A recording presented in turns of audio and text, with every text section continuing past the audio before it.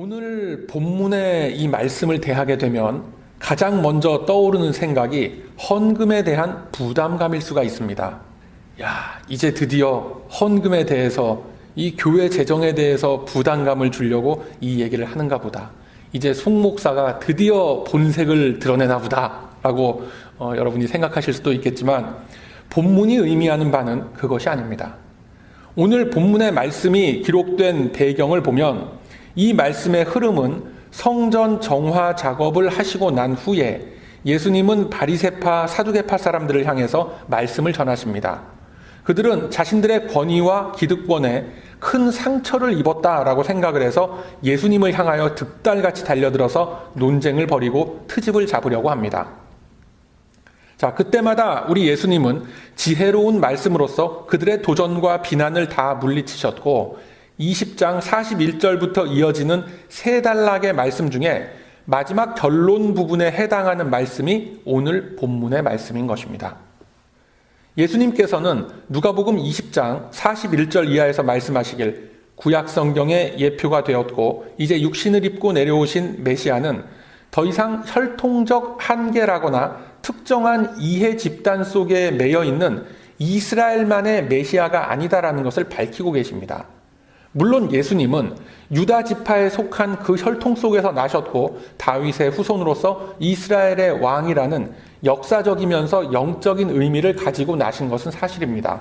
그러나 그는 더 이상 이스라엘만의 메시아가 아니라 구원의 계획 안에 들어있는 모든 하나님 백성들의 구세주가 되시고 정치적, 경제적, 군사적인 왕이 아니라 이 땅에 세워진 하나님 나라의 왕이라는 것을 말씀하고 계신 것입니다. 예수님은 더 이상 혈통적 이스라엘 안에 갇혀 계신 존재가 아닙니다. 그러나 여전히 이스라엘 백성들은 지위고하를 막론하고 예수님을 자신들의 이해관계 속에서 이용하려고 했던 것으로 보여지고 있습니다. 로마 정권의 폭정 아래에서 신음하던 서민들은 예수님에 대한 기대가 매우 컸습니다. 그들은 예수님이 빵을 해결해주는 경제적 지도자이길 원했습니다. 또한 여러 가지 신비한 기적들을 일으켜서 자신들의 궁핍함과 주변의 병자들을 치료해주는 존재로서의 예수님을 기대했던 것입니다. 또 다른 부류들은 그들 나름대로 이스라엘의 자치 정부를 세워서 로마로부터의 독립과 이스라엘 민족의 해방을 이끌어줄 강력한 리더로서의 예수님을 기대했습니다. 그런 속에서 실질적인 유대 사회의 중심이 되고 구심점의 역할을 해야 할 이 서기관들이 얼마나 외식과 형식에 치중하고 있으며 또 얼마나 위선적인 모습을 보이고 있는지에 대해서 45절 이하에서 말씀하시는 겁니다. 그리고 유대인들의 그릇된 구원관과 메시아관, 뒤틀린 신앙생활의 무게중심이 어디에 맞추어져야 한다라는 것을 가르치기 위해서 오늘 본문에 말씀을 주신 것입니다. 우리는 흔히 신앙의 덕목을 말하면서 희생과 헌신이라는 것을 말하는데 이것이 어떤 방향의 희생과 헌신이며 무엇을 위한 희생과 헌신인지를 분명히 밝히고 짚어낼 수 있어야 합니다. 여러분, 우리들은 흔히 예배에 대해서 생각하기를 크리스찬으로서 마땅히 참여해야 하는 종교의식 정도로 치부할 때가 많이 있습니다. 틀린 생각은 아닙니다.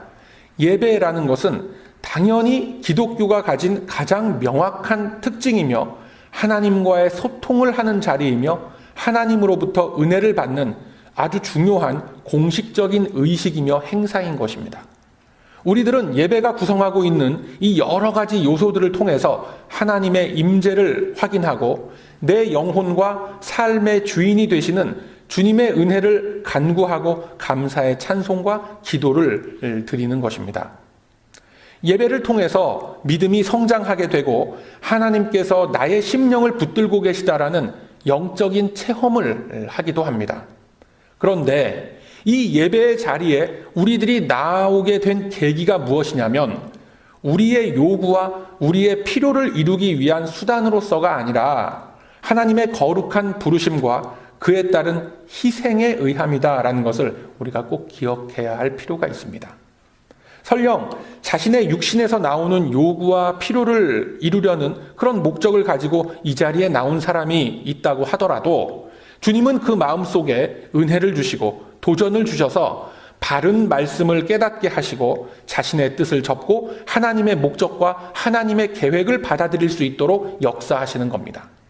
그래서 예배의 자리에 이렇게 나오는 것이 어쩌면 참 지루하고 무의미하게 느껴지는 사람이 혹시라도 있다 하더라도 이 자리에 꾸준하게 나와서 주님과의 소통을 이루어가는 것이 매우 중요한 것입니다. 우리 주님은 이러한 시간들을 통해서 그 사람의 신앙 인격을 변화시키고 생각의 방향을 서서히 바꾸어 주시는 겁니다. 성경은 이러한 사실을 우리들에게 분명하게 증거하고 있습니다. 하나님께서는 믿음의 선조들을 부르셔서 그들로 하여금 인생의 경험과 여러 가지 고난을 겪는 과정 중에 그들의 삶에 개입하시면서 하나님 스스로의 존재를 그들에게 나타내신 것입니다. 믿음의 일가족을 애굽 땅에 보내셨습니다. 그들로 하여금 하나님을 의지하고 믿고 따르는 큰 민족이 되도록 성장을 시켜주셨고 때가 참에 그들을 애굽에서 불러내셔서 광야에서의 훈련 기간을 통해서 하나님을 섬기는 방법과 하나님 백성으로서 실존의 삶을 살아가는 태도와 자세를 하나하나 가르쳐 주셨습니다. 예배를 어떻게 드리는 것인가 라는 것에 대해서 레위기의 제사법과 출애굽기의 성막을 통해서 우리에게 보여주셨고 삶의 예배를 어떻게 드려야 하는지 성도로서 삶의 질서를 어떻게 잡아가야 하는지를 민수기의 말씀을 통해서 우리에게 보여주셨습니다.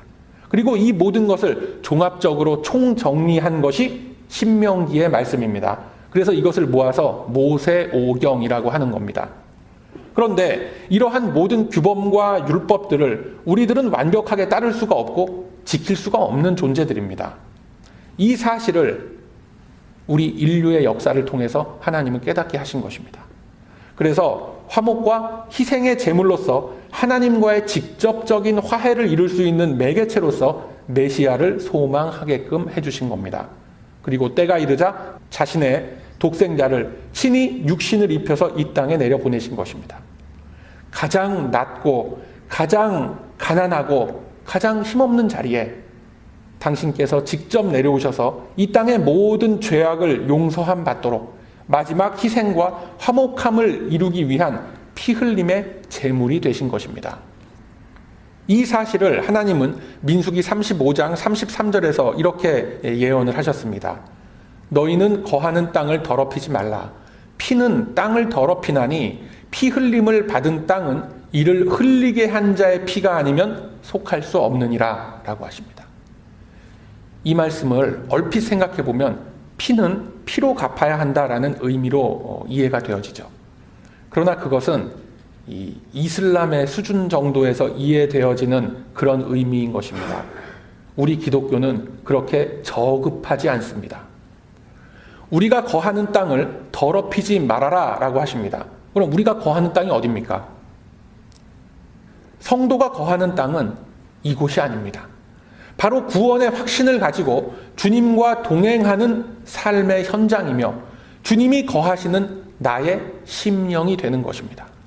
그것이 바로 우리가 거하는 땅입니다. 즉 나의 심령을 더럽히지 말라라는 겁니다.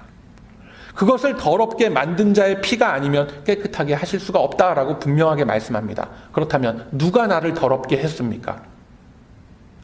뭐 다른 사람 떠올리거나 옆에 사람 이렇게 곁눈질로 째려볼 필요 없습니다. 바로 내 자신인 것입니다. 내가 나를 스스로 더럽게 하고 있는 거예요. 이 말씀 앞에 자유로울 수 있는 사람 아무도 없습니다. 그런데 주님은 더러워진 우리 자신의 심령을 깨끗게 하기 위해서 피를 흘려야 할 자리에 당신께서 친히 십자가를 지시고 나 대신 피를 흘려주신 거예요. 히브리서 9장 22절 이하에 피 흘림이 없은즉 죄사함도 없다라고 하셨습니다. 마땅히 피 흘림의 자리에 가야 할 우리들을 대신해서 주님께서 친히 희생해 주신 것입니다. 이것이 우리가 얻은 구원의 실체입니다. 이 구원의 실체를 확인하고 되새기며 그 귀한 그리스도의 희생을 믿는 마음으로 인해서 우리들은 이 예배에 초대되어져서 이 자리에 나올 수 있게 된 것입니다. 즉 예배라는 개념은 내가 하나님께 뭔가를 아뢰고 조르고 청원을 해서 나의 필요와 요구에 대한 어떤 감정적 보상을 받아내는 자리가 아닙니다. 혹시라도 그런 마음을 가지고 있다라고 한다면 그 문제는 이미 예배 시간이 시작되기 전에 자리에 조용히 앉아서 기도하면서 예배를 준비하는 가운데 다 해결됐어야 하는 그런 문제인 것입니다. 아니면 이미 여러분의 집에서부터 다 해결이 돼서 이 자리에 나오셔야 하는 것입니다. 제가 토요일 저녁 시간에 단체 카톡을 보내드리는 이유가 바로 여기에 있는 겁니다. 미리 예배를 준비하는 마음으로 사모하라라는 것입니다.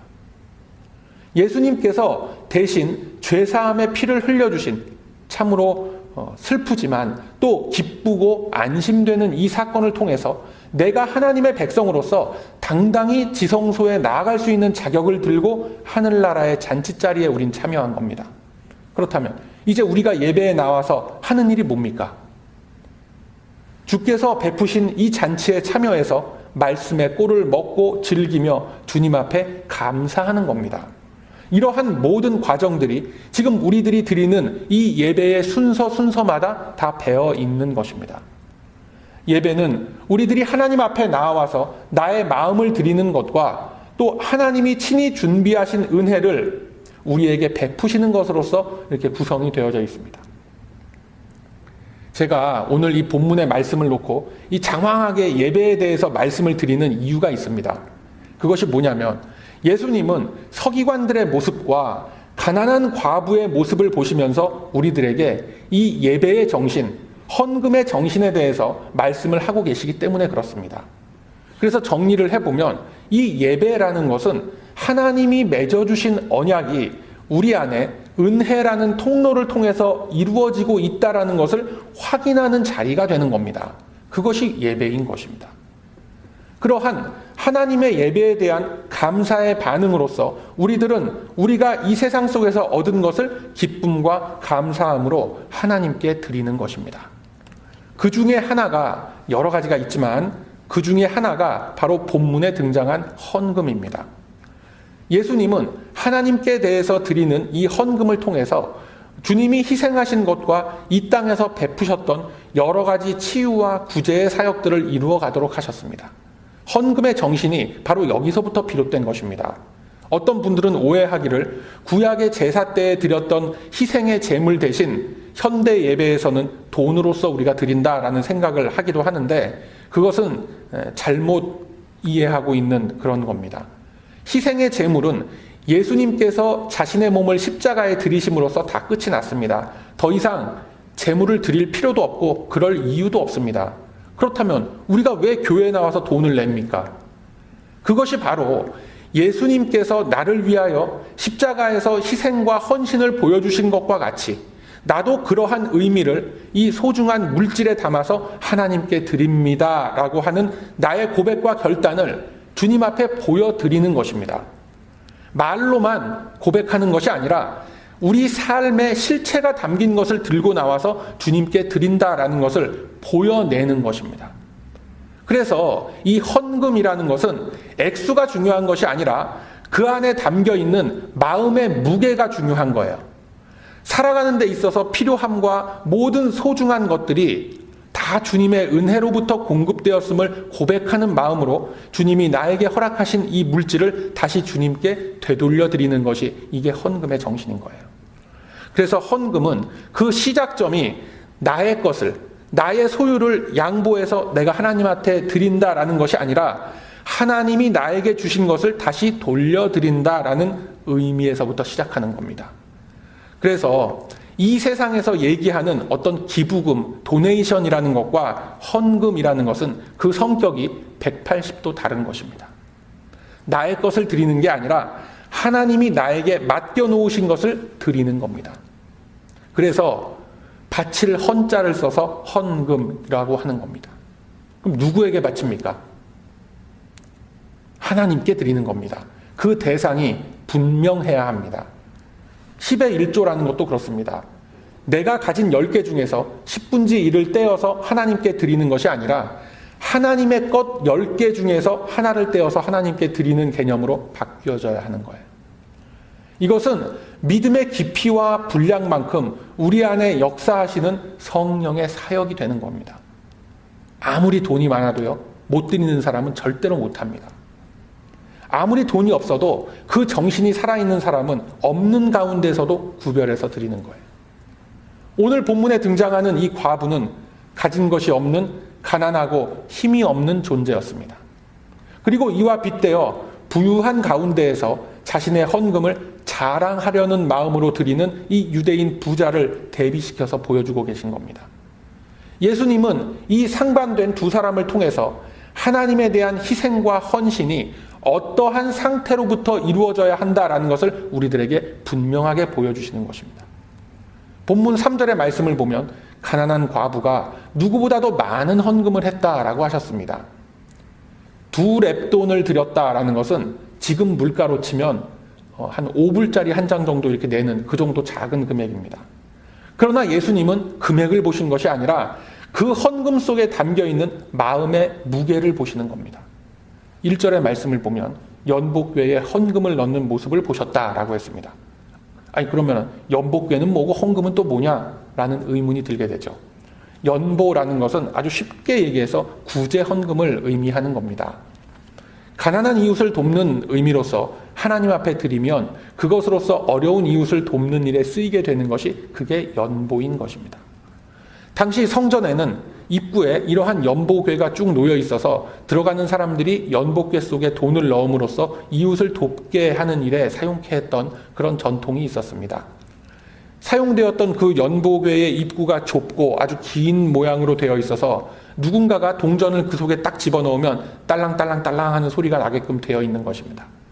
부자들이 큰 그 금화와 은화를 털어 넣으면 당연히 요란한 소리가 나게 됩니다. 이와 동시에 큰 소리로 가식적인 기도를 목이 터져라고 외쳐대면 당연히 사람들의 이목이 집중되는 것입니다. 주님 보시옵소서, 내가 이 큰 희생을 내가 주님 앞에 드리옵나이다. 쨍쨍쨍쨍쨍쨍 막 이렇게 드리는 거예요. 반대로 값어치가 떨어지는 이 작은 동전 한 잎을 넣어봐야 흔적도 없는 겁니다. 예수님은 이 가난한 과부가 어떠한 마음으로 그 연복궤 속에 헌금을 하는지 그의 마음 자세를 유심히 살피셨던 겁니다. 여러분, 그 과부는 사실상 그 연복궤에 모아진 돈의 수혜자가 되어야 할 형편에 있는 인물입니다. 그 과부가 헌금을 드리기는커녕 남들이 드린 헌금으로서 오히려 자신이 구제를 받아야 하는 입장에 있던 사람이었던 것입니다. 쉽게 얘기해서 불우이웃 돕기 성금의 대상이 되어야 될 사람이 오히려 불우이웃 돕기 성금하라고 찾아와서 그 작은 돈을 드리는 거랑 똑같은 거예요. 지금 2렙돈이라는 돈, 말씀드렸다시피 지금 가치로 5불도 채 안 되는 작은 돈입니다. 이 작은 돈을 정성껏 드렸다라는 것이 포인트가 아니라 그 돈이 그녀의 생활비 전부였다라는 것이 포인트가 되는 겁니다. 그렇다면 그 과부는 이제 앞으로 뭘 먹고 살아가란 말입니까? 어찌 보면은 삶에 대한 아무런 대책도 없이 자기 분수에도 맞지 않는 헌금을 드린 것 같지만 예수님의 시각은 그렇지 않습니다. 예수님은 이 가난한 과부가 드린 헌금을 보시면서 그녀가 큰 믿음으로 자신의 전부를 드린 것과 같이 당신의 모든 것을 십자가 위에서 쏟으신 주님의 희생과 주님의 사랑을 말씀하시고자 하는 겁니다. 이것이 이 과부가 드린 헌금 사건의 핵심 포인트가 되는 겁니다. 교회 와서 돈 많이 내라는 얘기 아닙니다, 여러분. 앞서 예배에 대해서 제가 말씀을 드리면서 예배에 나오는 성도의 마음 자세와 그 목적을 짚어본 바가 있죠.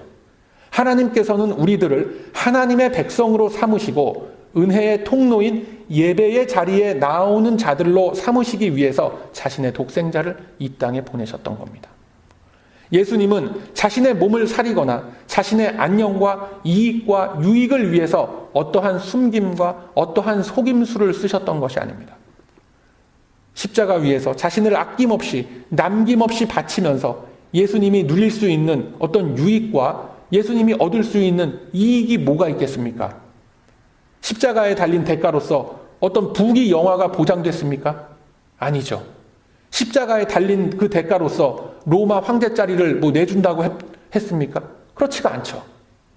그저 저와 여러분의 구원을 위해서 말없이 순종하신 것뿐입니다. 자신의 모든 것을 그의 삶과 그의 죽음을 통해서 우리를 구원해 주시는 일에 사용하신 것입니다. 이 과부가 그 연복궤 안에 헌금함 속에 마지막 남은 동전 2잎을 드리면서 어떤 마음이었겠습니까? 그 과부라고 당장 살아갈 것에 대한 염려와 걱정이 전혀 없었겠습니까? 사람 마음 다 똑같은 겁니다. 그러나 그의 믿음이 걱정과 근심을 덮을 수 있었던 것입니다. 주님을 완전하게 신뢰하는 마음으로서 자신의 모든 것을 아낌없이 남김없이 드렸습니다. 예수님은 이 장면을 통해서 이제 다가올 마지막 때에 자신이 어떤 모습으로서 십자가의 고난을 놓고 희생하며 헌신하실 것인가 라는 것을 우리에게 보여주고 계신 것입니다. 그 희생과 헌신으로 인하여서 우리가 하나님과의 평화를 누리고 그가 채찍에 맞음으로 인하여서 우리가 나음을 입었다라고 성경은 증거하고 있습니다. 그래서 우리들은 이 예배에 참여하면서 우리의 모든 것을 남김없이 하나님께 드릴 수 있는 그 마음으로 참여해야 하는 것입니다. 이미 예수님께서 우리들에게 보여주셨습니다.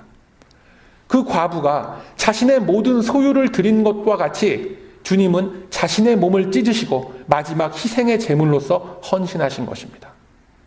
사랑하는 우리 베다니 가족 여러분, 우리들이 참여하는 이 예배의 무게감이 바로 여기에서부터 나오는 것입니다. 단돈 얼마를 주님께 드리는 이 헌금 몇 푼 내는 게 전부가 아니라 내 자신과 나의 삶 전부를 주님을 위해서 헌신하겠습니다 라는 마음으로 내 자신을, 나의 삶을, 나의 심령을 헌금함 속에 마치 동전을 집어넣듯이 드릴 수가 있는 것, 그것이 주님이 원하시는 예배자의 모습이며 그것이 바로 헌신하는 자의 애티튜드이 되는 거예요. 그럼에도 불구하고 우리들은 이 헌신함이라는 것을, 우리 자신을 주님께 드린다는 것을 어쩌면 매우 추상적인 담론으로 생각을 합니다. 많은 이들이 생각하기를 다 옳은 말씀입니다. 다 옳은 얘기지만 나와는 크게 상관없는 그런 얘기올시다 라고 하는 것을 많이 보게 되죠. 그러나 우리들이 교회 공동체 안에서 예배를 드리는 것과 함께 삶의 예배를 통해서 주님께 헌신한다라는 것은 막연한 추상적인 개념이 아니라 우리 삶의 실제로서 나타나야 하는 것입니다. 여러분, 나의 삶을 주님께 드린다라는 것이 이게 추상적이라고 생각합니까? 그렇다면 택할 수 있는 가장 쉬운 방법으로서 제가 하나를 알려드릴게요. 바로 공동체 안에서 인정받는 것을 권면할 수가 있는 겁니다. 바로 우리 눈앞에 보이는 이 형제들, 자매들 사이에서 성도다운 모습으로 인정받지 못한다면 눈에 안 보이는 하나님 앞에서 어떻게 헌신자로서, 삶의 예배자로서 인정받을 수가 있겠습니까? 내가 희생하는 모습이 보이지가 않는데 누구에게 인정을 받을 수가 있겠습니까? 그렇지 않습니까, 여러분? 내 속에서 치밀어 올라오는 이 편한 길과 편한 요령을 택하려는 그 유혹을 이겨내고 좁은 길, 험한 길을 가는 모습을 보이고 있지 않은데 누구에게 인정을 받을 수 있겠습니까? 예수님의 희생과 예수님의 헌신이 나에게 실감나게 다가오지 않는다면 당장 생활비 전부를 연보함에 집어넣은 이 가난한 과부를 한번 생각해 보시길 바랍니다. 만에 하나 여러분이 이 일주일 동안 살아갈, 아니면 한 달 정도를 살아갈 모든 생활비를 누군가를 위해서 깨끗하게 털어놓을 수 있으시겠습니까? 그러실 수 있겠어요? 아무도 없죠. 당장 밀려오는 이 빌은 어떻게 할 것이며, 당장 페이먼 쌓여가는 걸 어떻게 할 것이며, 지불해야 할 수많은 비용들 도대체 어디에 가서 다시 얻을 수 있단 말인가, 앞이 캄캄하고 두려운 생각이 들게 될 것입니다. 주님은 바로 이러한 두려움과 막막함을 이겨내고 우리를 초청해 주신 것입니다. 헌신이라는 것, 희생이라는 것은 이러한 무게감이 있는 것입니다.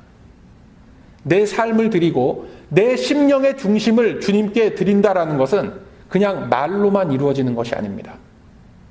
부단한 자기 자신과의 싸움과 밀려드는 두려움과 유혹들을 이겨냄으로써 그리스도의 생명 속에 연합되는 것, 이것이 진정으로 자신의 모든 것을 헌금함에 집어넣은 그 과부의 손길이 되는 것이며, 자신의 모든 것을 아낌없이 남김없이 희생하셨던 그리스도의 뒤를 따라가는 그 거룩한 발걸음이 되는 것입니다.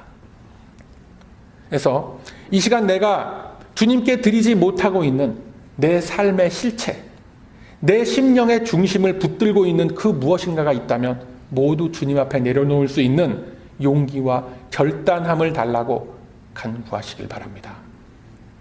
생활비 전부를 드린 이 과부와 같이 모든 하늘 명예와 영광을 다 버리시고 십자가의 치욕을 감당하신 예수님과 같이 우리들도 마음속에 간직하고 있던 모든 것을 다 주님 앞에 드릴 수 있는 심령들이 다 되시길 소망합니다. 예수님께서 저와 여러분을 위해서 모든 것을 아낌없이 베풀어 주셨음이 바로 2렙돈을 다 드린 것임을 기억을 하시고, 저와 여러분도 누군가를 위해서 자신을 헌신하고 희생할 수 있는 자리에 한번 서보시기를 바랍니다. 예수님은 이 말씀을 주시면서 단지 헌금을 정성껏 많이 하라라고 하는 것이 아닙니다.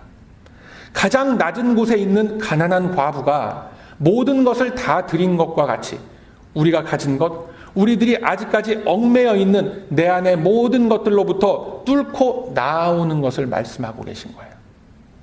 그것이 바로 성도가 이루어야 하는 헌신이며 그것이 바로 희생인 것입니다.